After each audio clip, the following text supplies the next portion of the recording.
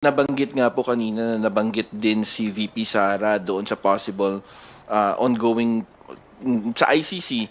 Hindi po ba magkakaroon ng push and pull kung kunwari kailangan nilang pumunta doon sa The Hague or kailangan siyang nandoon tapos mayroong ongoing impeachment dito sa Pilipinas?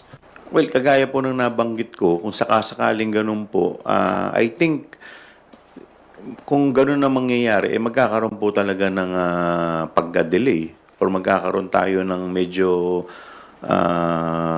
problema dito sa impeachment. Ngayon nga pong walang ICC, marami na pong pinapile na kung ano-ano yung kabila na mga sa aming paniniwala ay mga legal maneuverings. No? So kung magkakaroon ng ganito, so I'm sure gagawa na naman sila ng mga another mga legal maneuvering. So antayin na lang natin.